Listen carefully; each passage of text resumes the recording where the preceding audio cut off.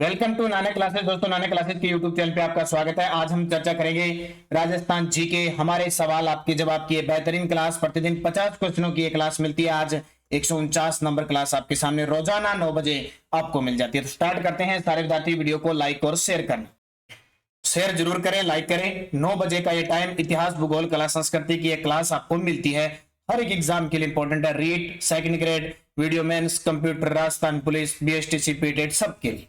तो पहला क्वेश्चन देखिए, किस मुस्लिम शासक के आक्रमण के फलस्वरूप जेतर सिंह द्वारा राजधानी नागदा से चित्तौड़ लाई गई? आपको पता है बप्पा रावल शासक थे, उनके समय राजधानी नागदा थी और उसके बाद में राजधानी अल्लट ने पहाड़ को बना दी थी और वापस फिर राजधानी जेतर सिंह और इनके समय नागदा आ गई थी, पता है। लेकिन एक युद्ध हुआ था जिसका नाम है बुताला का युद्ध। कौन सा युद्ध? बुताला का युद्ध हुआ था। कब हुआ था? बुताला का युद्ध 1227 में हुआ था। उस समय मेवाड़ के शासक थे जेतर सिंह और आक्रमण किया था इल्तुतमिश ने।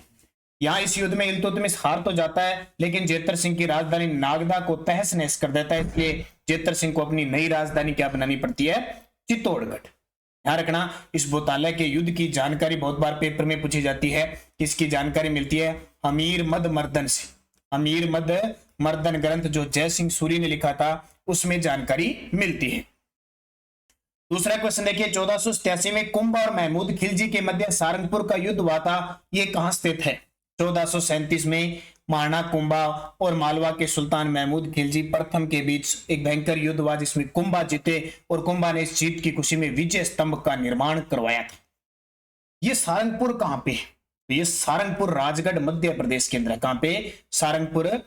जो सारंगपुर है का युद्ध हुआ था वो राजगढ़ मध्य प्रदेश में वर्तमान। 1534 में गुजरात के बहादुर शाह के आक्रमण के समय चित्तौड़ के शासक थे। 1534 में गुजरात के बहादुर शाह ने आक्रमण किया था। उस समय चित्तौड़ के शासक कौन थे? तो उस समय चित्तौड़ के शासक थे विक्रमादित्य। 1534 चित्तौड़ का दूसरा साका हुआ था और इसमें जो विक्रमादित्य छोटा था, इसलिए संरक्षणकर्ता कौन थी? कर्मावती थी ने नेतृत्व किया था। और कर्मावती के साथ देवलिया के ठाकुर बाघ सिंह थे, जो लड़ते हुए वीर गति को प्राप्त हुए और कर्मावती ने क्या किया था? जोहर किया था। हाड़ी रानी के नाम से प्रसिद्ध हुई। इंपॉर्टेंट है। और यह समय ऐसा था कि कर्माबाई ने मुगल शासक हुमायूं को राखी देकर भेजा था, पद्म शाह को देकर। ध्यान रखना, कर्मावती ने रक्षा सूत्र यानी राखी भेजी थी हुमायूं को सहायता के लिए।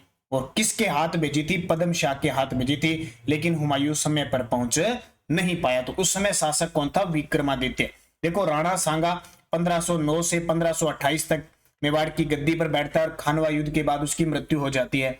रतन सिंह इसके बाद इसका पुत्र होता है, 1528 से 1531 में होती है। शिकार खेलते हुए इसकी मृत्यु होती है।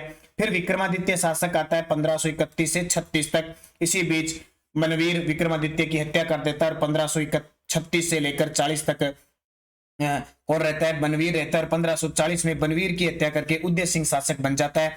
1572 में राणा सांगा गद्दी पर बैठते हैं। 1597 में अमर सिंह प्रथम गद्दी पर बैठते हैं। फिर 1620 में कर्ण सिंह बैठते हैं। 1627 में जगत सिंह प्रथम बैठते हैं और 1652 में राज सिंह प्रथम बैठते हैं। ऐसे कड़ी चलती रहती है इनकी। लेकिन यहाँ गुजरात के साके के समय विक्रमादित्य थे। सांबर की संधि का संबंध है, सुना होगा नाम आपने, सांबर की संधि का संबंध है। तो सांबर की संधि का संबंध किस शासक से है? अभय सिंह, अजीत सिंह, भक्त सिंह, विजय सिंह। तो इसका संबंध है विजय सिंह। किससे? विजय सिंह। एक युद्ध हुआ था, डंका का युद्ध। ठीक है, डंका का युद्ध हुआ था एक 1790 के आसपास। इस युद्ध में मारवाड़ के विजय सिंह और मराठा थे सिंधिया, महादजी सिंधिया, इनके बीच युद्ध हुआ था, जिसमें विजय सिंह हार गया था और सिंधिया जीत गया। और इसके एवज में विजय सिंह को सिंधिया के साथ 5 जनवरी 1791 को संधि करनी पड़ी, जो सांबर संधि के नाम से पूरा जाना जाता है। इस संधि के तहत विजय सिंह ने पूरा अजमेर शहर सिंधिया को दे दिया, तारागढ़ दुर्ग दे दिया और एवज में 60 लाख रुपए भी सिंधिया को दिए गए थे। तो ये विजय सिंह राठौर। अभय सिंह के समय 1730 में खेजड़ली बलिदान हुआ। अजीत सिंह को पंडित हीराचंद ओझा ने कान का कच्चा काटा था। इसको अजीत सिंह को औरंगजेब के चंगुल से दुर्गादास राठौड़ और गोरादाई ने छुड़ाया। भक्त सिंह को राजस्थान यानी राजस्थान में मारवाड़ के राठौड़ों का दूसरा पितरंता कहते हैं, पहले मालदेव था। ये विजय सिंह वही है जिसे जहांगीर का नमूना कहा जाता है, जहांगीर का नमूना कहा जाता है।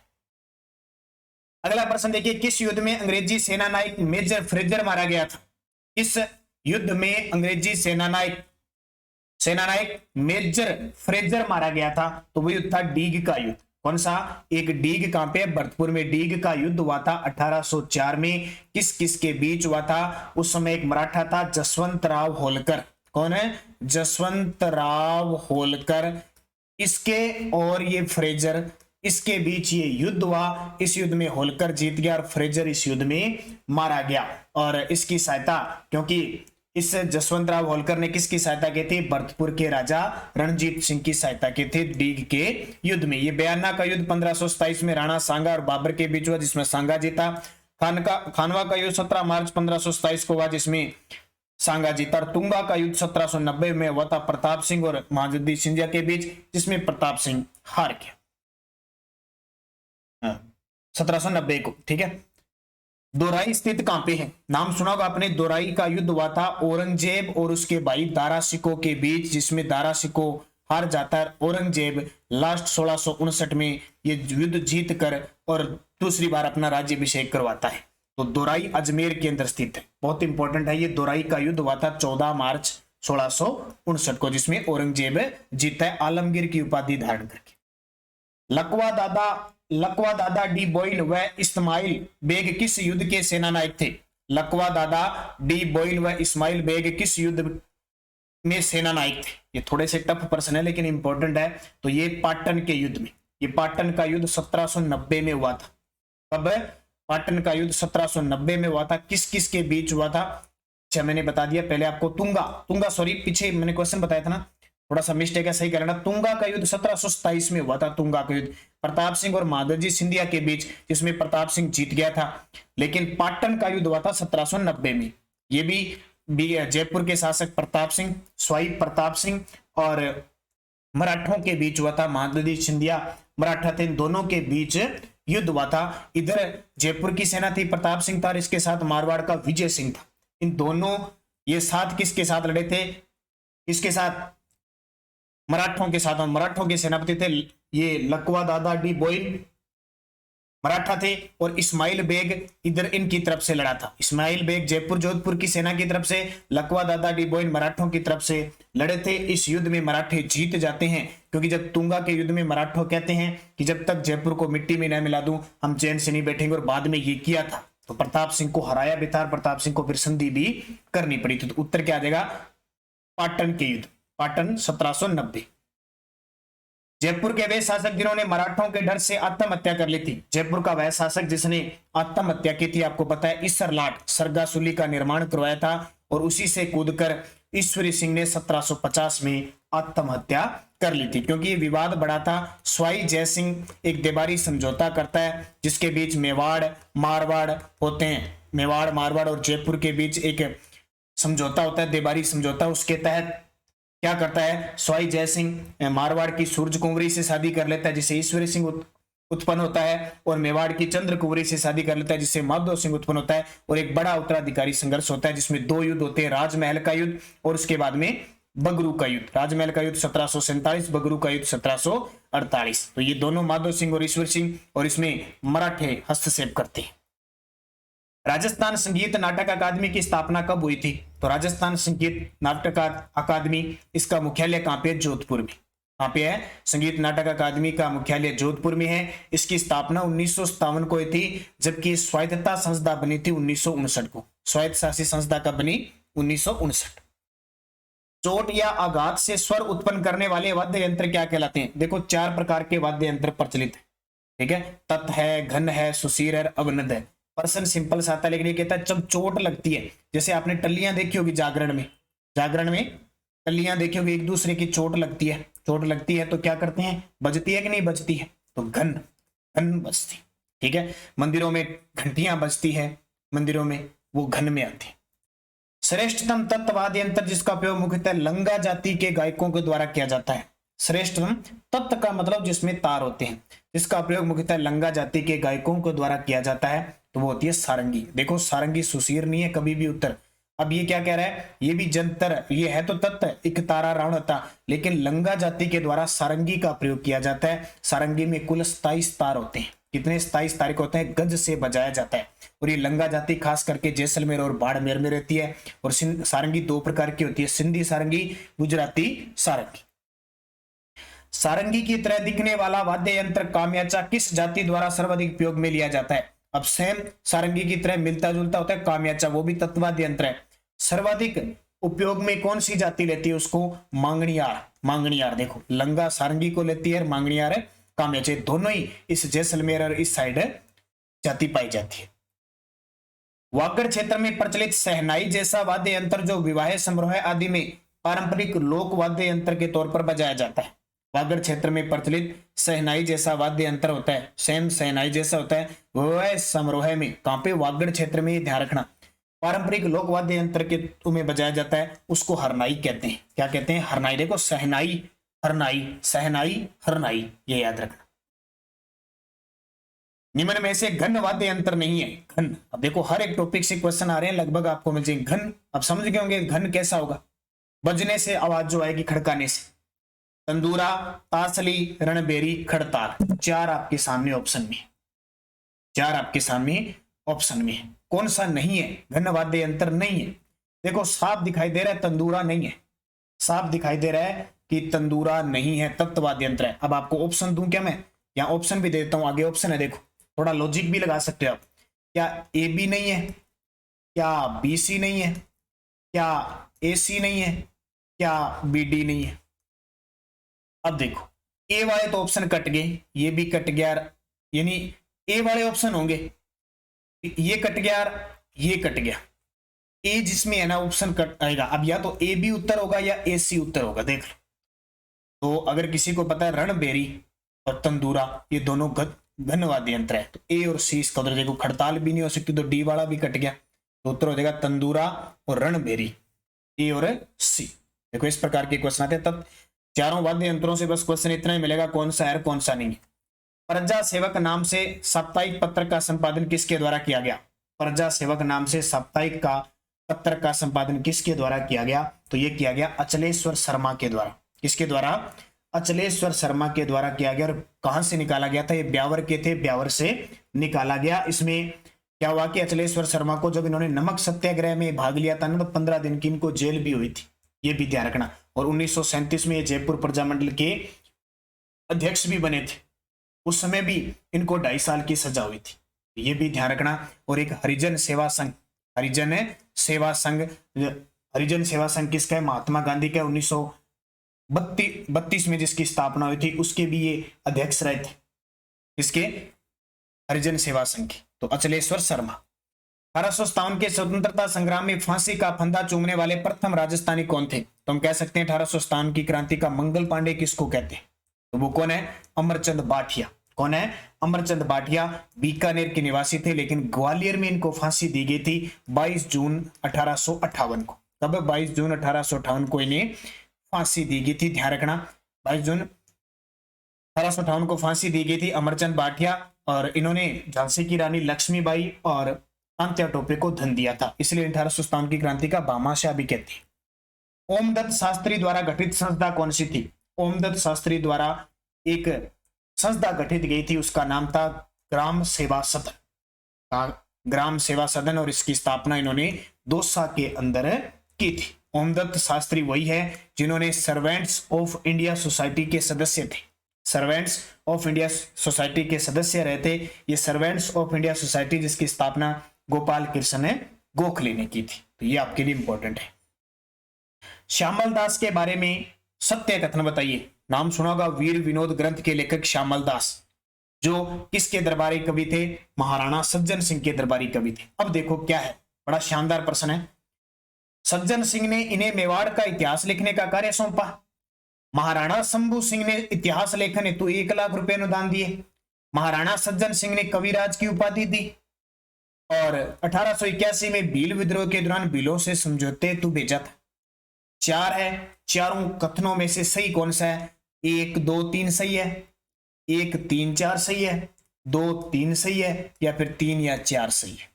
आपके सामने ऑप्शन है। तो सज्जन सिंह ने मेवाड़ का इतिहास लिखने का कार्य सौंपा, ये गलत है क्योंकि कार्य सौंपा था शंभू सिंह। किसने सौंपा था? शंभू सिंह ने। महाराणा शंभू सिंह ने इतिहास लिखने तो 1 लाख रुपए दिए, गलत है। 1 लाख रुपए सज्जन सिंह ने दिए थे, दोनों ही उल्टे हैं, ध्यान रखना, उल्टे। महाराणा सज्जन सिंह ने कविराज की उपाधि दी थी, बिल्कुल सही है। और 1881 में भील विद्रोह के दौरान भीलों से समझौते तो भेजा, ये भी सही है। तो सी और डी सही है, कहने का मतलब तीसरा और चौथा सही है, बाकी दोनों गलत है। कि थोड़ा गहराई से क्वेश्चन है ये, सी और डी। सेट CETT की स्थापना में सहयोग रहा, CETT इसका पूरा नाम है centre for excellence of tourism training, centre for excellence of tourism training, जिसकी स्थापना 2016 में उदयपुर में हुई थी। इसमें किसका सहयोग रहा? सिंगापुर का सहयोग रहा। अब ये पर्यटक से संबंधित है, ध्यान रखना, सिंगापुर का सहयोग रहा। वीरों की गैलरी कहां स्थित है? वीरों की गैलरी कहां स्थित है? वीरों की गैलरी, तो देखिए वीरों की गैलरी है क्या? मंडोर के अंदर। इस पे मंडोर का नाम सुना आपने, जोधपुर में है, उत्तर आ जाएगा जोधपुर। मंडोर में 16 आदम कद प्रतिमाएं हैं, उसे वीरों की गैलरी कहते हैं और वो जोधपुर में है। मोक्ष कलश योजना 2020 का संबंध किससे है? ये योजना किसके लिए? देखो कोविड-19 में मोक्ष कलश योजना, व्हीकल वगैरह साधन सब बंद हो गए थे, तो आपको पता है जो मृत्यु तो निश्चित है, जिसने जन्म लिया है, मृत्यु का समय किसी को ये नहीं देखता कि वायरस आ गया, कि कोई बुजुर्ग है को और है, किसी की मृत्यु नहीं, वो तो सही, जहां समय जितना जिसका लिखा हुआ है जीवन वो खत्म होना ही है, मृत्यु होनी है। तो बहुत सारे जब मृत्यु हुई तो साधन वगैरह नहीं चल रहे थे, जहां भी मोक्ष की जगह थी वहां ले जाने के लिए उनके फूल वगैरह अपने कहते हैं जिनको, तो वो उसके लिए सरकार ने फिर क्या एक योजना चलाई, मोक्ष कलश योजना 2020। ये संबंध है देवस्थान विभाग से, बस इसको पर्यटन विभाग या परिवहन विभाग मत कर देना, देवस्थान विभाग करना है इसका उत्तर। बस ये रखना कि देवों को समर्पित है, बस ये ध्यान रखना। ASI द्वारा संरक्षित स्मारक किस जिले में नहीं है? देखो ASI द्वारा, पुरातात्विक विभाग द्वारा संरक्षित जो स्मारक होते हैं वो राजस्थान के किस जिले में नहीं है? देखो बीकानेर में भी है, दौसा में भी है, धौलपुर में है, झुंझुनू में नहीं है। जैसे बीकानेर में भांडा शाह जैन मंदिर है, सुसनी जैन मंदिर है, दौसा के अंदर आबानेरी है, बंजारों की छतरी है, धौलपुर के अंदर बाबर गार्डन है, जोगना जोगनी मंदिर है, शेरगढ़ दुर्ग है, तो ये तो है, लेकिन झुंझुनू में कोई नहीं है। बैलून महोत्सव का आयोजित किया जाता है, थार महोत्सव और बैलून महोत्सव दोनों को अच्छे तरीके से याद रखना। बाड़मेर में, बीकानेर में ऊंट महोत्सव, जैसलमेर में मरु महोत्सव। निम्न में से कौन सी नस्ल भैंस की नहीं है? जब भी पशु वाला टॉपिक आ जाए ना, पशुपालन, तो या तो ताजा करंट का डाटा पूछेंगे, पहली बात नहीं पूछते, सिर्फ नस्ल पूछते हैं, वही इनमें से है या नहीं है। देखो मुर्रा तो है, नागपुरी भी है, सूरती भी है, लेकिन सांचोरी नहीं है, सांचोरी गाय की है।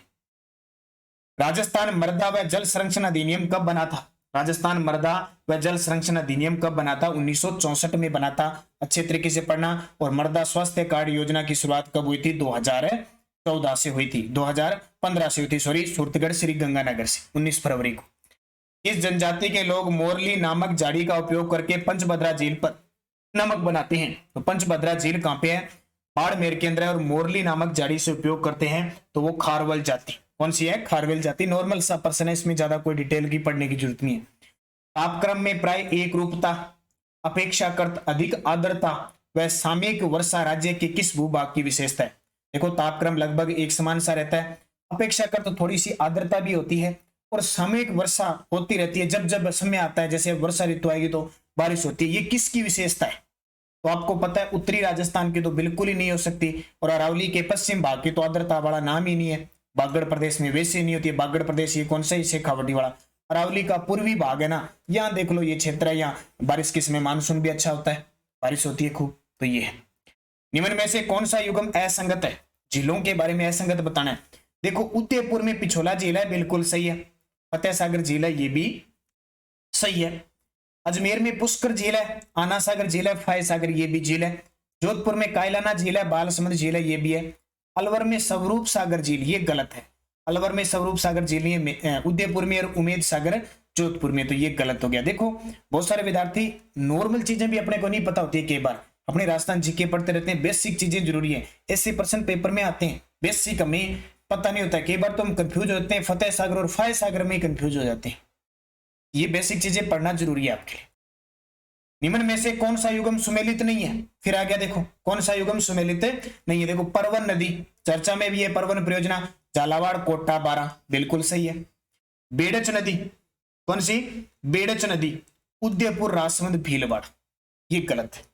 बेड़च नदी उदयपुर, राजसमंद, भीलवाड़ा गलत है। जाखम नदी प्रतापगढ़ से निकलती है, डूंगरपुर में माई नदी मिलती है। सुकड़ी नदी पाली, जालोर, बाड़मेर, ये भी सही है। तो गलत कौन सा हो गया? B number. Waterman Rajendra Singh निम्न में से किस संस्था के संस्थापक थे? नाम सुना होगा आपने, वाटरमैन जिसको हम कहते हैं, पानी वाले बाबा राजेंद्र सिंह, अलवर से संबंध है इनका। किस संस्थान के संस्थापक है ये? तरुण भारत संघ। तरुण भारत संघ 1975 में इसकी स्थापना हुई थी। यह जल संरक्षण और पर्यावरण संरक्षण हेतु कार्य करते हैं और इसके लिए 2001 में आपको पता होगा राजेंद्र सिंह को रेमन मैग्सेसे पुरस्कार भी मिला हुआ है। निम्न में से कौन सा पठार माउंट आबू पर्वत स्थल से 8 किलोमीटर दूर गुरु शिखर चोटी के नीचे स्थित है? निम्न में से कौन सा पठार माउंट आबू पर्वत स्थल से 8 किलोमीटर दूर गुरु शिखर चोटी के नीचे स्थित है? अब आपको पता है सिरोही में माउंट आबू पर्वत है, उसके नीचे गुरु शिखर जो अपनी चोटी है, कौन सा हो सकता है? उड़िया का पठार हो सकता है, जो राजस्थान का सबसे ऊंचा पठार है। पशु व उनकी नस्ल से संबंधित युग्म में असत्य बताइए। देखो कल 9 बजे ना आपको राजस्थान जीके की क्लास नहीं मिलेगी, बल्कि राजस्थान पुलिस वीडियो या किसी भी एग्जाम के लिए राष्ट्रीय, अंतरराष्ट्रीय और प्रादेशिक 2021-22 का करंट की क्लास मिलेगी। लगभग 45 मिनट की होगी, जिसका आप इंतजार कर रहे थे बार बार, वो क्लास आपको मिलेगी वहां कल 9 बजे, कल शाम को इसी समय 9 बजे वो क्लास मिलेगी शानदार।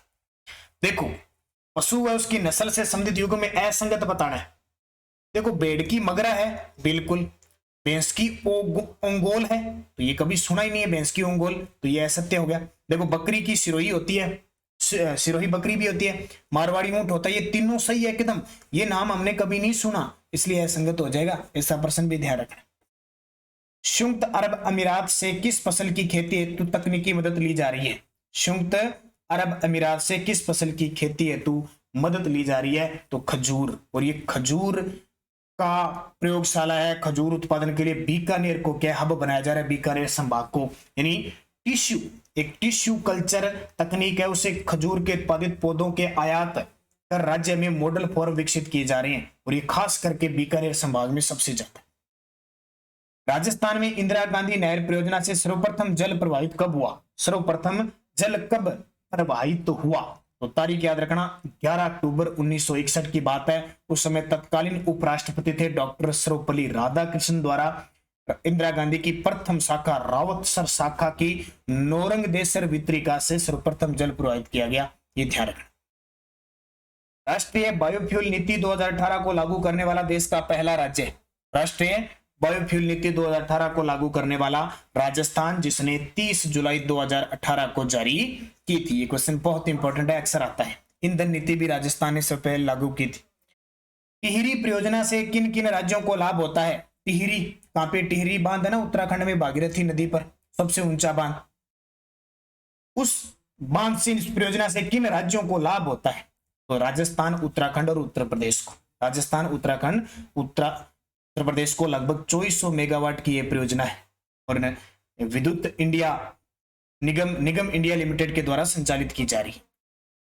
दिसंबर 2021 तक राजस्थान में ऊर्जा अधिष्ठापन क्षमता कितनी है? स्टार लगा लेना, ताजा प्रश्न है एकदम करंट का। आर्थिक समीक्षा 2021-22 का है कि दिसंबर 2021 तक राजस्थान में ऊर्जा अधिष्ठापित क्षमता कितनी है? 23,321 मेगावाट। ताजा दिसंबर 2021 तक। मार्च 2021 तक थी 21,000, यहाँ पे चलो दिल्ली की देता हूँ, 21,979 थी मार्च 2021 तक, और 43,201 मेगावाट राज्य में विद्युतीकृत गांव हो चुके हैं, और 5,998 मेगावाट मार्च 2020 तक रेल मार्गों की लंबाई है। ये आर्थिक समीक्षा के क्वेश्चन है। निम्न में से कौन सा केंद्र सरकार का सार्वजनिक उपक्रम नहीं है? सर्वाधिक नहीं है, सार्वजनिक उपक्रम नहीं है, यानी इनमें से 3 तो केंद्र सरकार के, 1 राज्य सरकार का है, वो कौन सा है? तो गंगानगर शुगर मिल केंद्र का नहीं हो सकता, अपने राजस्थान का है, उत्तर आ गया, ठीक है, ये राज्य सरकार का है। हिंदुस्तान जिंक लिमिटेड, इसकी स्थापना 1966 को हुई थी, देबारी और चंदेरिया चित्तौड़गढ़ में इनके है, केंद्र सरकार का है। हिंदुस्तान कॉपर लिमिटेड, इसकी स्थापना 1967 को हुई थी, खेतड़ी में क्वार्टर है, हेडक्वार्टर है, और सांबर साल्ट लिमिटेड, इसकी स्थापना 1964 को हुई थी। तो ये तीनों के तीनों केंद्र सरकार के, जबकि ये राज्य सरकार। राजस्थान में कितने जिला उद्योग केंद्र कार्यरत है? बड़ा ही आसान, बड़ा सिंपल और बड़ा जबरदस्त क्वेश्चन आता है। 36 और उप केंद्र 8 है। बीकानेर किसके लिए प्रसिद्ध है? अब बीकानेर भुजियों के लिए प्रसिद्ध है। बीकानेरी भुजिया, बीकानेरी रसगुल्ले प्रसिद्ध है। पापड़ भुजिया के लिए प्रसिद्ध है। ऊंट की खाल उस्ता केला के लिए यानी मोमबत्ती का काम के लिए प्रसिद्ध है। मटके सुरई के लिए प्रसिद्ध है। तो उपयुक्त सभी। कवोण, बर्मी, रुद्दो, कोनस, अजोली, बीड़ो किससे संबंधित है? कवोण, बर्मी, रुद्दो, कोनस, अजोली, बीड़ो किससे संबंधित है? ये किससे संबंधित हो सकते हैं? ये सारे काष्ठ पर नक्काशी से संबंधित है। काष्ठ कला पर नक्काशी से संबंधित। मोती भारत किस जिले की पारंपरिक कढ़ाई का नाम है? मोती भारत किस जिले की पारंपरिक कढ़ाई का नाम है? कढ़ाई है मोती भारत, किसकी प्रसिद्ध है? जालोर की प्रसिद्ध है। अब मैंने आपको 8% रीट का जो एग्जाम होगा, रीट के एग्जाम में शिक्षा वाला टॉपिक है। राजस्थान के संदर्भ में चाहे आरटीई है चाहे कुछ भी है, उसके लिए 7-8% डाले हैं, वो जरूर देखें। REET first level, second level, first grade, second grade, इन सब में ये क्वेश्चन बड़े महत्वपूर्ण होने वाले। तो क्योंकि राजस्थान जीके का मैटर बहुत है रीट के अंदर, सेकंड ग्रेड और सब में, तो जरूर पढ़े। और रीट के विद्यार्थी कान खोल के सुन ले। सुबह की करंट की क्लास 7:30 पे आती है। करंट की क्लास निरंतर लें। सेकंड ग्रेड वाले भी, पीटीए वाले भी, अगर आपको करंट में क्वेश्चन पक्के करने क्लियर रूप से, क्योंकि हर एक चीज पढ़नी पड़ेगी। बूंद बूंद से घड़ा भरता है। इतनी सारी बेरोजगारी, इतनी सारी जनताएं कि मान लो आप ये सोचते हो कि कहीं भर्ती आती है 10,000 और 10,000 में 15 लाख फॉर्म अप्लाई होते हैं, तो 15 लाख में से 10,000 तो टैलेंट वाले बंदे होते हैं, ध्यान रखना। मान लो कोई भर्ती आ गई 5,000 है, 5,000 में 16 लाख फॉर्म भरे जा रहे हैं भाई साहब। 5,000 में तो टैलेंट है, 10,000 में टैलेंट है, 2 गुना में पास होते हैं। इसलिए अपने कहते हैं ना कि पेपर लीक हो गया। कई पेपर लीक नहीं होते हैं। अब जैसे वनपाल वन रक्षक में अगर 2200 पोस्ट है, 16 लाख फार्म अप्लाई हो गए, 20 के आसपास है, और अपने कह देते हैं इसकी मेरिट तो 80-90% गई है। भाई साहब 20 लाख में से 2200 के पास क्या टैलेंट नहीं है? बिल्कुल है। राजस्थान में आज की दुनिया टैलेंट वाली है। टेक्नोलॉजी का जमाना, हर एक चीज से कंट्रोल करता है, इसलिए हर चीज जरूरी नहीं है कि पेपर लीक होता है। अब 20 लाख में से 2200 तो टैलेंट होगा कि नहीं होगा? तो मेरिट जा सकती है 85 से 90। अब राजस्थान पुलिस में कहीं 7 सीट है, कहीं 8 सीट है, कहीं 15 सीट है, कहीं मान लो 7 सीट है, वहां फार्म 1 लाख भरे गए हैं, तो वो 7 तो टैलेंट ऑटोमेटिक हो गए। तो बेरोजगारी है, बहुत ज्यादा है, गरीबी का मामला भी है, सब तैयारी करते हैं। पहले लोगों को पता नहीं था, आज हर वर्ग का बंदा तैयारी कर रहा है। इसलिए कठिन मेहनत आपको करनी पड़ेगी। इतनी भीड़ हो चुकी है, उस भीड़ से अलग निकलना पड़ेगा, इसलिए कुछ अलग करना पड़ेगा। निरंतर अध्ययन, ज्यादा पढ़ने से कुछ नहीं होता है। आप क्या पढ़ रहे हो, आपकी योजना किस प्रकार की, आपको मैटर क्या पढ़ना चाहिए, कहां से क्वेश्चन उठाया जा रहा है, वो पढ़ोगे तो वह निरंतर आप 15 घंटे किताब लेके मुंदे पढ़े रहो, वो पढ़ना नहीं है। चाहे पढ़ो आप 5 घंटे ही, लेकिन क्या पढ़ना है, कैसी योजना बना के पढ़ना है, पेपर में कैसे प्रश्न आएगा, हमारे कितना याद रह रहा है, वो पढ़ना आपके सही मायने रखता है। ऐसे दुनिया तो बहुत पढ़ती है। नई शिक्षा नीति 2020 में विद्यालय शिक्षा का प्रारूप वर्तमान के 10+2 के स्थान पर क्या रहेगा? तो नई शिक्षा नीति जारी हुई थी जुलाई 2020 को। अब ये रहेगा 5+3+3+4, 10+2 के स्थान पर, क्योंकि 10वीं भी बोर्ड से हटा दी गई है। ये 12वीं या 10वीं, पूरा मैटर पढ़ेंगे। 5-3-3-4 ये याद रखना, 2 बार एग्जाम में आ चुका है। राजस्थान में राजीव गांधी कैरियर पोर्टल कब प्रारंभ किया गया? ये इंपॉर्टेंट है, ऐसे प्रश्न आपको देखने को मिलेंगे रीट के अंदर। राजीव गांधी कैरियर पोर्टल, तो ये 6 फरवरी 2019 को लॉन्च किया गया था। Rajiv Gandhi career portal UNICEF के सहयोग से। निम्न में से कौन सा युग्म असंगत है? संस्कृत शिक्षा निषेधालय 1958। अगर रीट के सेकंड ग्रेड के विद्यार्थी देखते हैं तो मैं लास्ट 10% ऐसे % डाल दिया करूंगा। प्राविधिक शिक्षा निषेधालय की स्थापना 1956 में, प्राविधिक शिक्षा मंडल की स्थापना 1957 में, माध्यमिक शिक्षा निषेधालय की स्थापना 1992 में। ये गलत है। क्यों गलत है? क्योंकि इसकी स्थापना, माध्यमिक शिक्षा निषेधालय की स्थापना 1997 को हुई थी। प्राथमिक व माध्यमिक शिक्षा बीकानेर का विभाजन करके बीकानेर में एक प्रथम प्रारंभिक व माध्यमिक शिक्षा निषेधालय की स्थापना की थी। ये ध्यान रखना। तो असंगत हो गया डी। सर्व शिक्षा अभियान में केंद्र और राज्य सरकार का अनुदान कितना है? सर्व शिक्षा अभियान में केंद्र व राज्य सरकार का अंशदान कितना है? 60-40 है। कितना? 60-40। 2015 से पहले ये 65-35 था, 65-35 था, अब 60-40 है और ये योजना 2001-2 में शुरू हुई थी और इसमें शिक्षक और छात्र अनुपात है 1:40 सर्व शिक्षा अभियान। जिला प्राथमिक शिक्षा कार्यक्रम जिसको कहते हैं DPEP में केंद्र व राज्य का योगदान कितना है? जिला प्राथमिक शिक्षा क्रम, ऐसे प्रश्न आएंगे आपके पेपर। योगदान कितना है? 85-15 में केंद्र का 85, राज्य का 15। ये कार्यक्रम अब समाप्त हो चुका है। ये 1999 में विश्व बैंक की सहायता से शुरू किया गया था। उद्देश्य था 6 से 14 वर्ग आयु वर्ग के बालक बालिकाओं को गुणवत्तापूर्वक शिक्षा देना। भी ये कार्यक्रम खत्म हो चुका है। प्राथमिक माध्यमिक शिक्षा बोर्ड अजमेर की स्थापना कब की गई? तो माध्यमिक शिक्षा बोर्ड अजमेर की स्थापना सीधी सी बात है 1 अगस्त 1957 को की गई थी। मुख्यालय कहां पे है? अजमेर में। रीट के पेपर करवाए थे ना जिसने, वही है। राज्य के पहले महिला विश्वविद्यालय की स्थापना किस शहर में की गई थी? राज्य के पहले महिला विश्वविद्यालय की स्थापना जयपुर में की गई थी 2008 में और उस विश्वविद्यालय का नाम था ज्योति विद्यापीठ महिला विश्वविद्यालय। एक PG यानी एक निजी आवासीय विश्वविद्यालय था। और आज का अंतिम प्रश्न, 2011 की जनगणना के अनुसार राजस्थान का सर्वाधिक साक्षरता आदिवासी जिला कौन सा है? देखो सर्वाधिक साक्षरता तो अपने जानते हैं कि कोटा की है, लेकिन आदिवासी जिलों में सबसे साक्षर जिला कौन सा है? उदयपुर है, जिसकी 61.8% साक्षरता है। एक एग्जाम में पूछा जा सकता है। तो ये 50% हो गए। निरंतर आपको क्लास दी जा रही है। 9 बजे आप अच्छे तरीके से पढ़ें, करंट पढ़ें, GK पढ़ें। सुबह की क्लास, शाम की क्लास निरंतर पढ़ोगे तो सफलता आपको प्राप्त होगी। जाते जाते आप शेयर जरूर कर दिया करो, लेकिन ईमानदारी से सारे लाइक जरूर किया करो। आपको इतने कठिन समय में भी आपको क्वेश्चन दिए जा रहे हैं, निरंतर आपको तैयारी करवाई जा रही है। आज 149 नंबर क्लास है। बाकी जो भी आपको क्लास देखनी है, हर चीज की हमारी प्लेलिस्ट बनी हुई है, आप जरूर देखिए। धन्यवाद। जय हिंद, जय भारत।